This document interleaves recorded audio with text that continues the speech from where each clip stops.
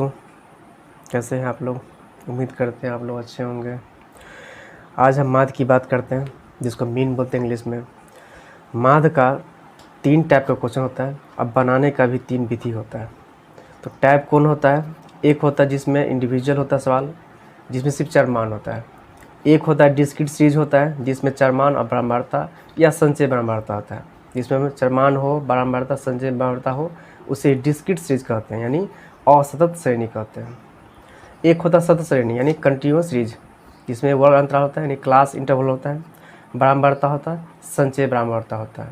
ठीक है, तो मेरे पास सवाल जो होता है मीन का 3 टाइप का होता है। बनाने का विधि भी 3 है, जिसको मेथड बोलते हैं। एक प्रत्यक्ष विधि होता है, एक लघु विधि होता है, एक पद विचलन विधि होता है।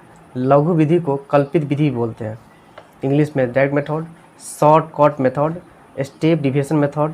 ये 3 विधि मुझे बनाने का है और 3 टाइप का क्वेश्चन भी होता है। तो हम हर एक टाइप का क्वेश्चन लेते हैं और तीनों विधि से बनाने का कोशिश करते हैं। इसका फॉर्मूला देखिए यहाँ पे। डायरेक्ट मेथड का फॉर्मूला होता है सिग्मा एफ एक्स, या समेसन भी बोलते हैं, समेसन एफ एक्स बटा एन, या सिग्मा एफ भी आप लिख सकते हैं आप। शॉर्टकट मेथड में होता है मीन बराबर होता है यहाँ पे ए प्लस सिग्मा या समेसन एफ डी एक्स बटा एन, यहाँ पे सिग्मा एफ भी लिख सकते हैं आप। ठीक, स्टेप डिविएशन मेथड में होता है ए बराबर सिग्मा एफ डी एस बटा एन गुने आई। आई की जगह आप एच भी ले सकते हैं। ठीक है, आई मतलब होता है वर्ग अंतराल की जो सीमा होता है, वो वर्ग में आप लिखते हैं यहाँ पे। तो बात समझ में आ गया। तो हम 3 टाइप का सवाल है, इंडिविजुअल है, डिस्क्रीट है, कंटिन्यूअस है। तो तीनों सवाल हम एक एक करके लेके बनाते एग्जाम्पल देख दिखाते हैं। चलिए, एक मेरा सवाल आपको आ गया, इंडिविजुअल टाइप का क्वेश्चन है, जिसमें सिर्फ 4 मान ही होता है। देख लीजिए यहाँ पे सिर्फ 4 मान ही होता है, जिसमें अंक होता है कोई। इसको निकालने के लिए क्या करेंगे? सबसे पहले n पता करना है कि इसमें टोटल n है कितना, मतलब कितना संख्या, कितना काउंट करने में कितना आएगा उसको। तो ये 15 आ जाएगा, पहली बात। दूसरी बात, आपको सिग्मा x यानी सबको जोड़ने पे कितना आएगा, 419 इसका आएगा। ठीक है, ऐसे भी लिख सकते हैं। यहाँ लिखेंगे मीन बराबर, मीन को शॉर्ट में x बार बोलते हैं। यहाँ भी लिखेंगे यहाँ पे सिग्मा x बटा n बोलेंगे, या समेसन x बटा n। x मतलब 419, ये जो यहाँ पे लिखे हैं, इस सभी को जोड़ने के बाद लिखें, सभी अंकों को जोड़ के हमको 419 आया। इसका आपको n कितना, 15। इसको आप डिवाइड कीजिएगा तो 27.932 अंक आएगा। बच्चे में हम लोग पढ़ते थे सभी संख्याओं का योग बटा सभी संख्याओं की संख्या, सभी संख्याओं का योग बटा सभी संख्याओं की संख्या, माने कितना है ये, इसी को बोलते हैं समेसन या सिग्मा एक्स बटा एन। तो जो सवाल इंडिविजुअल होता है उसको एक ही विधि से बनाया जाता है। पहली बात, डिस्क्रीट को कंटिन्यूअस को हम 2 विधि से बना सकते हैं, तीनों विधि से बना सकते हैं, लेकिन जो इंडिविजुअल वाला है उसमें सिर्फ डायरेक्ट मेथड ही लागू हो पाता है। अगर होता तो हम तीनों विधि से बना के दिखाते हैं, लेकिन नहीं हो पाएगा इसमें। ठीक, तो डिस्क्रीट क्वेश्चन भी हम लेकर दिखा रहे हैं आपको। डिस्क्रीट क्वेश्चन भी लिए हैं। इसमें देखिए निम्न आवर्ती वितरण की समांतर मारी है, जिसमें आपको होता क्या होता है कि 4 मान भी होता है और बारंबारता भी होता है। आप मुझे एक क्वेश्चन आपको बताना है कि बहुत बच्चा को 4 मान और बारंबारता, संचय बारंबारता पहचानने बहुत कन्फ्यूज होता है, क्योंकि यहाँ तो लिखा तो नहीं रहता है 4 मान या बारंबारता, संचय लिखा होता है। तो अंक को देख के डिसाइड करना पड़ता है 4 मान में है कि बारंबारता में है कि संचय बारंबारता है।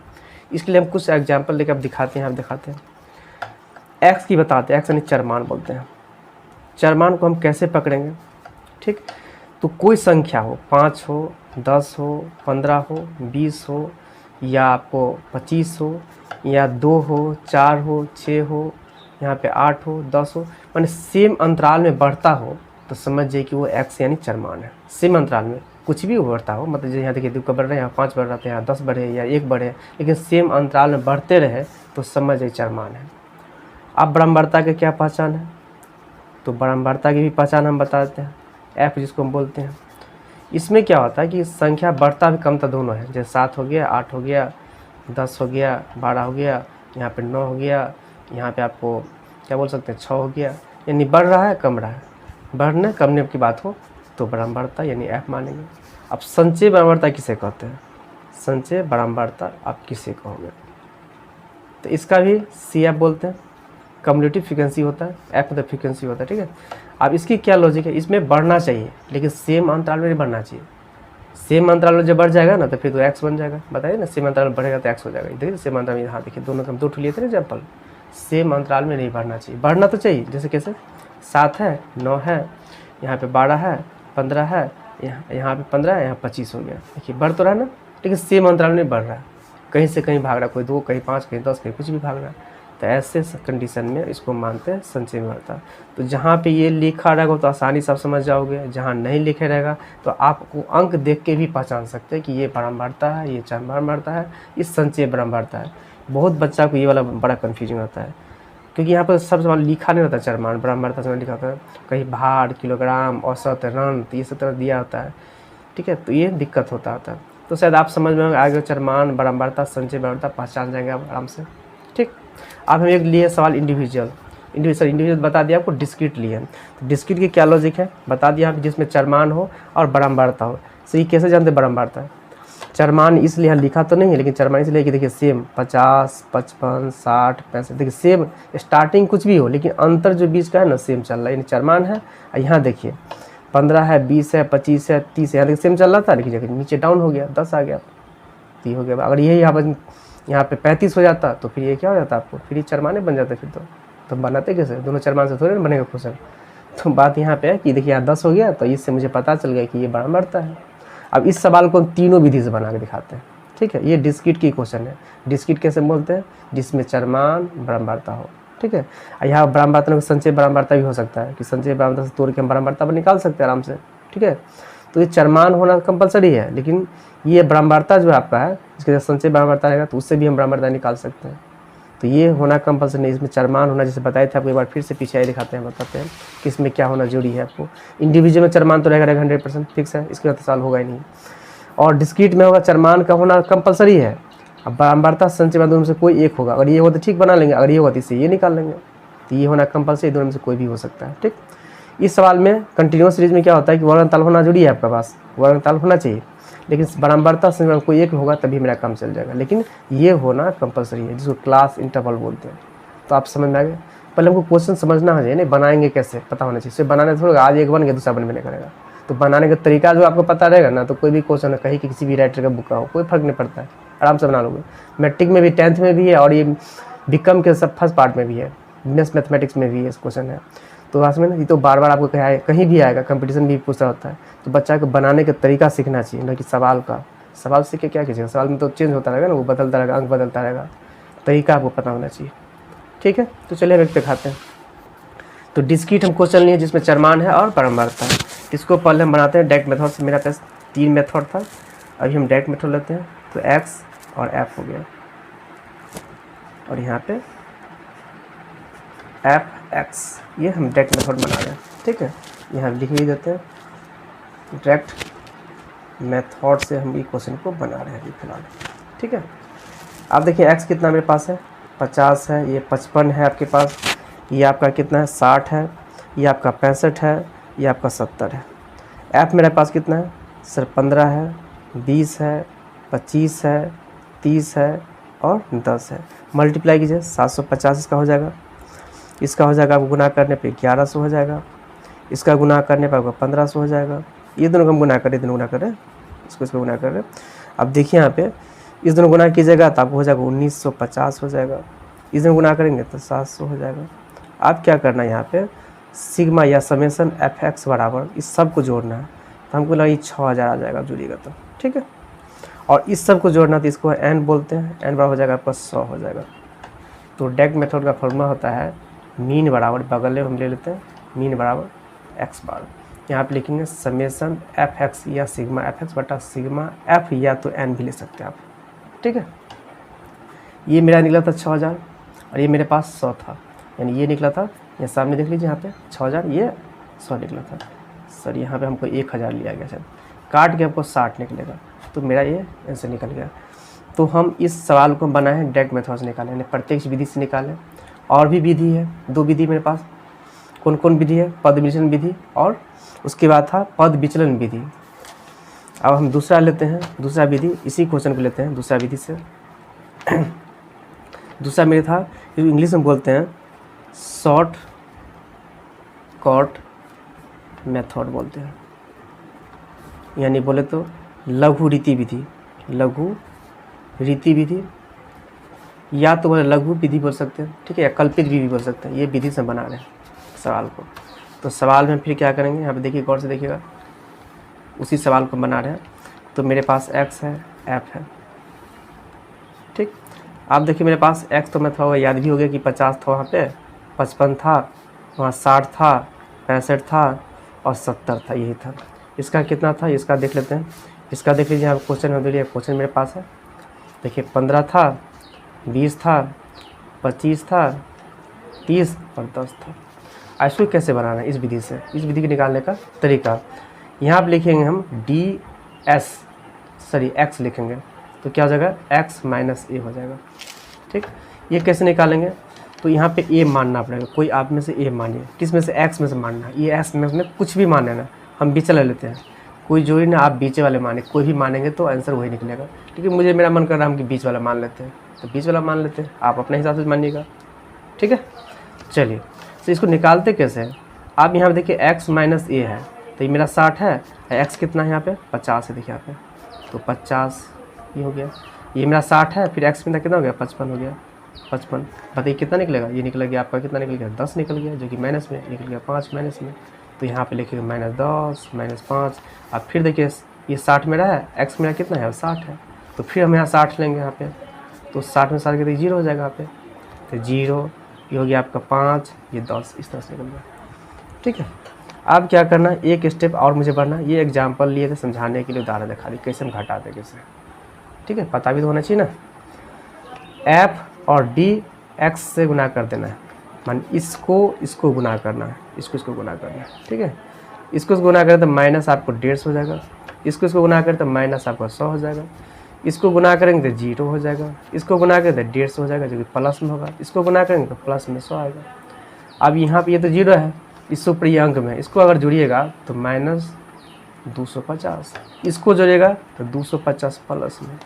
आपको क्या करना है, इसका मेंशन यहाँ भी लिखना है, तो यहाँ पे लिखेंगे समेशन या सिग्मा f(d)x बराबर, इस दोनों को आप जोड़िए, कोशिश करिएगा, लगा जुड़ेगा सर, वहाँ माइनस में 250, यहाँ प्लस में 0 आ गया सर, कैसे यहाँ पर 0 आना जरूरी है, यहाँ पे 0 भी आ सकता है, माइनस भी आ सकता है, प्लस में भी आ सकता है, कुछ भी आ सकता है, प्लस में भी आंसर आ सकता है, माइनस में भी 0, ये फिक्सेबल लेके आएगा, ठीक है। ये मजे कि हम लिए बीच में 60 लिए, हमको लग रहा था कि 0 आ सकता है इससे, ऐसा नहीं कि 60 0 आता, कुछ भी आ सकता था, ठीक है।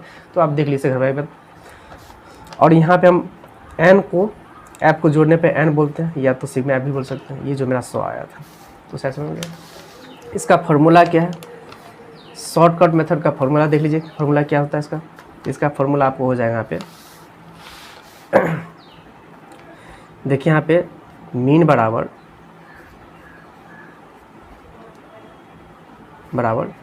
a प्लस समेसन f(d)x बट्टा n कहेंगे।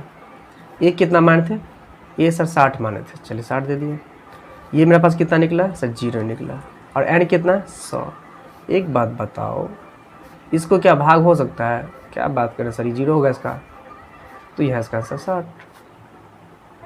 एक बात समझे, पीछे भी निकाले तो 60 ही निकला था उस विधि डायरेक्ट से, और दूसरा देखिए इस विधि से बनाए तभी 60 निकला। इससे क्या पता चला आपको कि किसी भी विधि से बनाएंगे ना तो आंसर सेम ही आना चाहिए।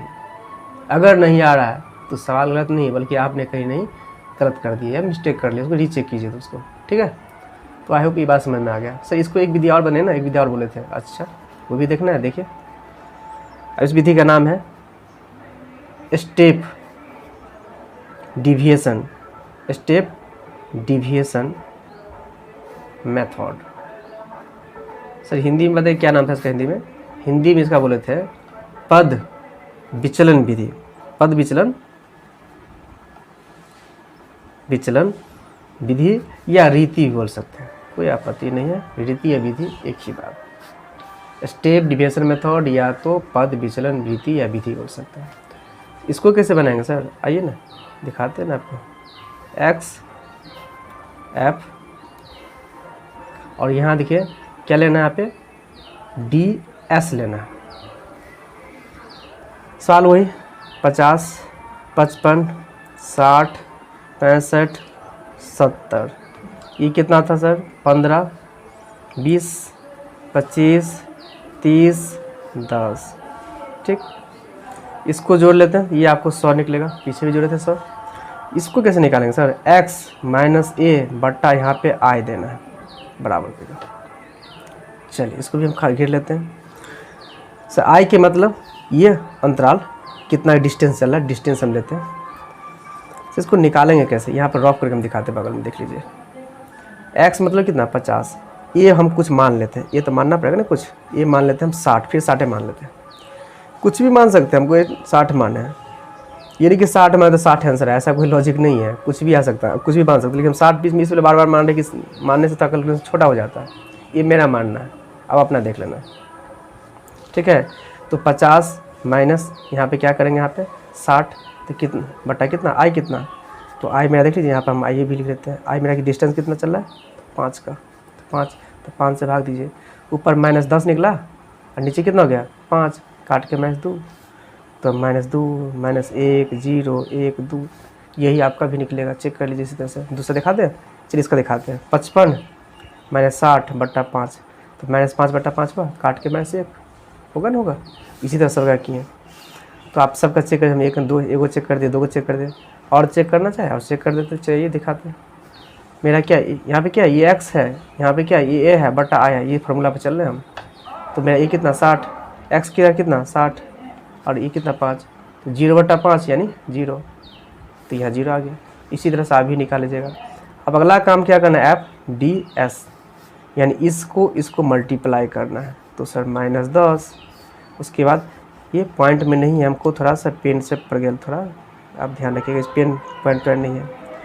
इसको गुना करेंगे तो आपको हो गया -20, ठीक है। इसको गुना करेंगे तो 0, इसको गुना कीजिएगा तो आपको 30 से ना, इसको गुना किया था आपको 20। चीज़ देखिए कहीं गलती तो नहीं की है सर, इसको गलती कर दी सर, 15 को 2 से बनाया तो 10 कैसे हो गया आपका, 30 ना होना चाहिए। अच्छा, गलती हो गया, ठीक कर दिए। आराम से ध्यान बनाए रखिए, आराम से। इस दोनों करिएगा आप तो -50, इसको गुना करिए तो -50 सॉरी +50। अब इसका जो हम निकालेंगे समेशन FDS बराबर, तो सर फिर तो 0 आ गया। अरे यही लिए तुमसे 60 लेते थे बार बार कि सर 0 आ जाए, मेरा उम्मीद लगा था 60 0 आ जाएगा तो मेरा कैलकुलेशन ईजी हो जाएगा, इसीलिए हम पिछला लेते थे। ऐसा लॉजिक नहीं कि हम पिछले ले कुछ भी ले सकते, लेकिन हम पिछला क्यों लेते, थोड़ा कैलकुलेशन बचने के लिए थोड़ा कम करना पड़ेगा परीक्षा में, तो वही ना, कम टाइम में परीक्षा सॉल्व करना है क्वेश्चन को। चलिए, तो मीन बराबर लिखिएगा x बार बराबर a प्लस यहाँ लिखिएगा समेशन FDS बट्टा यहाँ पे लिखेंगे n, और यहाँ पे i आ जाएगा। पिछले सवाल में i नहीं आया था, क्यों नहीं आया था i यहाँ पे, क्योंकि हम i से डिवाइड नहीं किए थे। यहाँ डिवाइड करोगे i से डिस्टेंस से, तो डिस्टेंस से लेना पड़ेगा, नहीं करोगे तो नहीं लेना पड़ेगा। चलिए 60 हुआ, ये 0 आ गया, ये आपको 100, ये आपका कितना हो गया, ये आपका हो गया 5, बगल एक खोपचा में बगल में डाल देते, कहाँ बगल में जाए। चलिए 60 बराबर ले लेते हैं। आपको क्या लग रहा है 0 को हम 5 से गुना करें तो क्या 0 ना होगा, 5 थोड़ा ना हो जाएगा। चलिए ये भी हो गया 60, इसको भाग दीजिएगा तो फिर भी तो यहाँ 0 आएगा।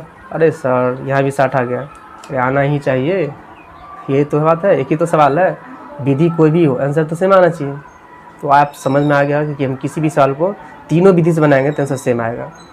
तो अगला सवाल कंटिन्यूस का भी हम नहीं लिए, कंटिन्यूस का अगला हम वीडियो में हम बना देंगे। इस वीडियो को पूरा देखिएगा, आसानी समझ में आ जाएगा, ठीक है। और लाइक सब्सक्राइब कीजिएगा, शेयर कीजिए ताकि मोटिवेशन मिले, ताकि फिर से बनाए वीडियो। Thank you.